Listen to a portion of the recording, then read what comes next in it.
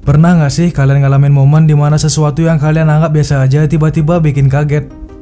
Kayak lagi jalan di mall ngelihat orang pakai baju biasa aja, tapi pas dia jalan ke arah Ferrari, masuk dan tancap gas, langsung mikir, wah gua salah kira nih.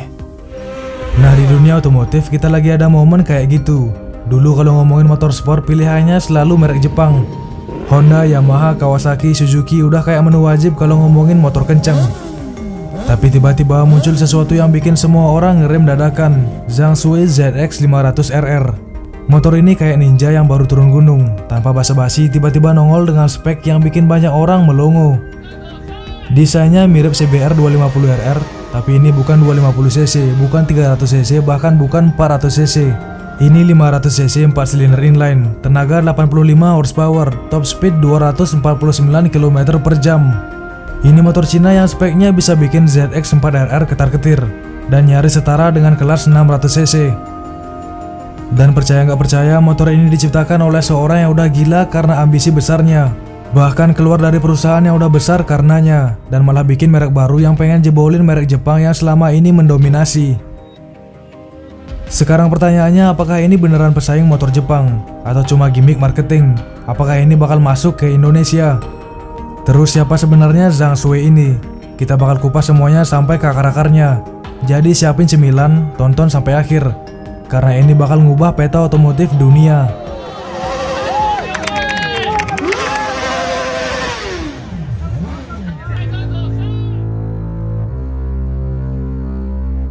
Sebelum kita ngomongin motornya, kita harus bahas dulu orang di balik motor ini, Zhang-Shui. Nama ini mungkin asing buat banyak orang, tapi kalau kalian ngikutin dunia motor Cina dan global, pasti tahu merek Kofei. Nah, Zhang-Shui adalah pendiri sekaligus mantan CEO Kofei Moto. Tapi di balik semua ini, orang ini idealis, inovatif, dan gila dengan ambisinya sendiri. Jadi gini, kalau ada orang yang rela mundur dari perusahaan yang dia bangun sendiri, berarti ada sesuatu yang gak beres. Ini bukan cerita drama CEO yang tersingkir gara-gara skandal atau saham jeblok. Ini tentang Zhang-Shui, orang yang bikin Kofei Moto sukses besar, terus malah cabut.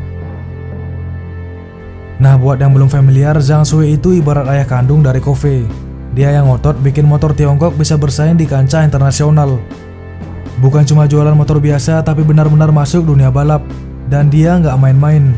Kofei Moto jadi pabrikan Tiongkok pertama yang finish di Dakar Rally 2023. Ini bukan prestasi sembarangan. Balapan Dakar itu terkenal brutal. Motor-motor Jepang dan Eropa aja bisa rontok, apalagi tim yang baru pertama kali ikutan. Tapi Kofei berhasil menyelesaikan balapan. Semua pembalapnya selamat sampai garis finish. Tahun berikutnya mereka malah masuk kelas utama Rally GP dengan menggandeng Mason Klein, pembalap berbakat yang pernah bersaing sama tim-tim raksasa. Dan bukan cuma di rally, Kofei juga ekspansi ke balapan aspal, bawa 321RR ke Supersport 300 World Championship. Nah, dari luar kelihatannya mulus, perusahaan berkembang, nama Kofei makin dikenal, semuanya kelihatan jalan sesuai rencana. Terus tiba-tiba Zhang-Shui mundur dari jabatan CEO. Alasan resmi yang dia kasih katanya sih perbedaan visi. Dia bilang, saya membuat keputusan ini hari Jumat lalu. Kalau harus kasih alasan, saya akan bilang ini karena nilai-nilai kami berbeda. Jadi gini, Zhang itu tipikal orang yang visioner, keras kepala, dan punya mimpi besar. Dia pengen Kofei berkembang sesuai idealismenya. Sementara eksekutif lain di perusahaan punya pandangan yang berbeda. Saya anggap Kofei seperti anak saya sendiri, tapi saya juga harus mencintai diri sendiri dan menemukan nilai dalam hidup saya. Ini sebenarnya kode keras, dari kalimatnya kelihatan kalau Zhang ngerasa visinya mulai terkekang. Dia nggak lagi memutuskan segalanya, dan akhirnya dia memilih untuk pergi. Tapi yang menarik, dia nggak benar-benar cabut dari Kofei. Zhang masih punya saham di perusahaan itu. Dia tetap ada di dalam Kofei, tapi bukan sebagai pengambil keputusan utama. Yang jadi pertanyaan sebenarnya apa yang bikin dia keluar? Nah, kalau kita bongkar lebih mendalam, ada kemungkinan besar fokus Zhang ke motorsport mulai dianggap terlalu berlebihan, bahkan gila, dan banyak yang skeptis. Lihat aja rencana besar dia buat Kofei di Dakar Rally. 2023 targetnya finish, berhasil. 2024 masuk 20 besar, gagal. Posisi terbaik cuma 35. Nah, 2025 masuk 10 besar. 2026 target podium, dan 2027 target juara. Ambisi ini gila-gilaan, dan bukan cuma rally, dia juga pengen Kofi masuk ke berbagai cabang balap lainnya. Sementara buat sebuah perusahaan balapan itu mahal dan beresiko. Mungkin ada orang-orang di dalam Kofi yang mulai mikir, oke, motorsport keren, tapi kita juga harus jualan motor buat orang biasa atau produksi massal. Nah, disinilah perpecahan mulai terasa. Zhang ngerasa Kofi nggak bisa berkembang sesuai impiannya. Dan manajemen lain mungkin mulai merasa strategi Zhang terlalu fokus ke balap dan kurang memperhatikan market mainstream. Jadi Zhang memilih untuk pergi. Tapi kalau kalian pikir dia bakal santai dan pensiun, kalian salah besar. Beberapa bulan setelah mundur dari Kofi, Zhang Shui muncul lagi dengan brand motor baru, Zhang Shui Motorcycle. Dan motor pertamanya bukan motor rally seperti di Kofi. Dia bikin ZX 500 RR, motor sport 500 cc 4 silinder yang siap bersaing dengan motor Jepang. Nah, ini sebuah plot twist yang menarik. Zhang yang sebelumnya habis-habisan mendorong Kofi ke dunia balap, sekarang bikin motor yang lebih cocok buat jalan raya dan konsumen umum atau produksi massal. Dan kenapa bisa gini? Ada dua kemungkinan. Satu, Zhang sadar kalau pasar motorsport lebih menguntungkan. Dia udah belajar dari Kofi, dan kali ini dia mau bikin brand yang lebih bisa bersaing di pasar massal. Dan kedua, bisa juga ini cuma langkah awal. Mungkin setelah ZX 500 RR ini sukses, dia bakal kembali ke dunia balap dengan cara yang berbeda. Yang jelas sekarang dunia otomotif punya dua kekuatan baru, Kofi Moto yang tetap berkembang dengan strategi baru mereka, dan Zhang Shui yang membangun perusahaannya sendiri dari nol. Siapa yang bakal lebih sukses, kita lihat aja nanti. Tapi satu hal yang pasti, persaingan di dunia motor pasti bakal makin seru. Tapi apa buktinya Zhang Shui bakal sukses?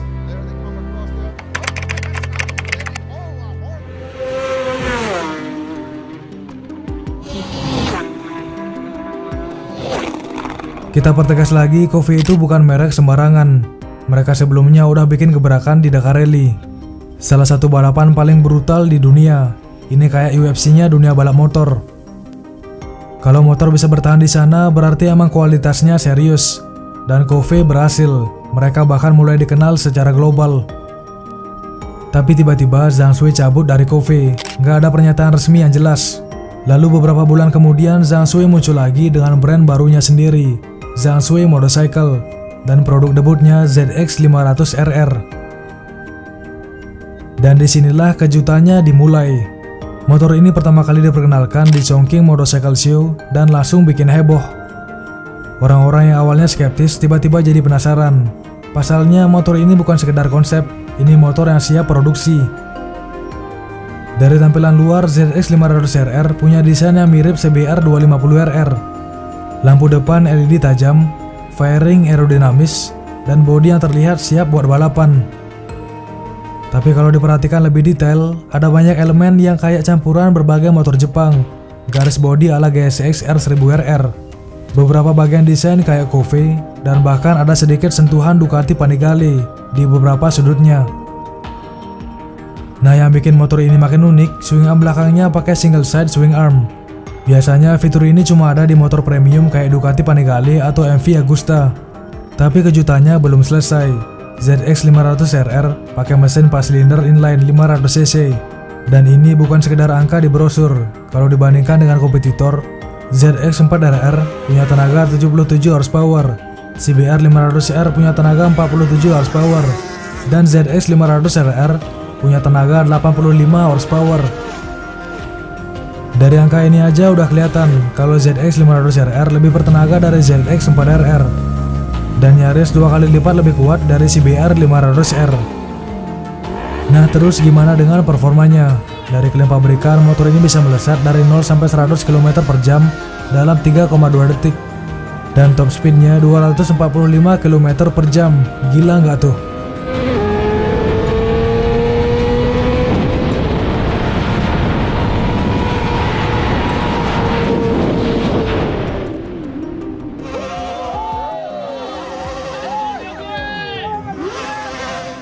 Kalau ini beneran real, ini berarti ZX 500 RR bukan cuma sekedar motor Cina, tapi udah bisa bersaing sama motor-motor Jepang.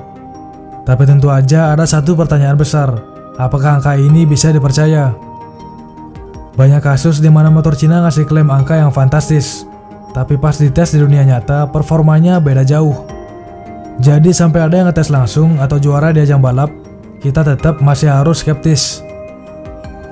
Lanjut ke bagian yang nggak kalah penting, handling dan bobot. Nah, ZX500RR punya bobot 168 kg. Buat perbandingan, ZX4RR 189 kg, CBR 500R 192 kg. Motor ini lebih ringan dari dua motor itu, artinya power to weight rasionya lebih bagus. Secara teori ini bakal bikin motor lebih lincah dan akselerasinya makin ganas. Tapi ini juga jadi pertanyaan, kok bisa lebih ringan? Apakah materialnya lebih ringan tapi tetap kuat? Atau justru lebih ringkih? Nah, untuk suspensi, ZX500RR dibekali suspensi upside down di depan dan monoshock di belakang. Ini standar buat motorsport, tapi tetap jadi nilai plus. Sistem pengereman juga nggak main-main, cakram ganda di depan dengan ABS. Ini artinya pengereman lebih pakem dan aman.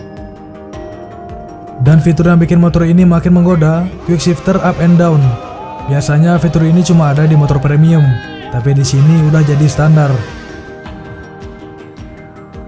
Sekarang bagian yang banyak orang tunggu-tunggu, harga. Sampai sekarang harga ZX500RR belum diumumkan. Tapi kalau ngikutin pola harga motor Cina sebelumnya, kemungkinan besar bakal lebih murah dari ZX4RR dan CBR 500R. Kalau beneran harganya lebih murah, ini bakal jadi game changer. Bayangin motor 4 silinder 500cc, tenaga 85 horsepower, desain keren, tapi harganya masih masuk akal. Tapi ada satu pertanyaan penting terakhir. Apakah ZX500RR bakal masuk Indonesia?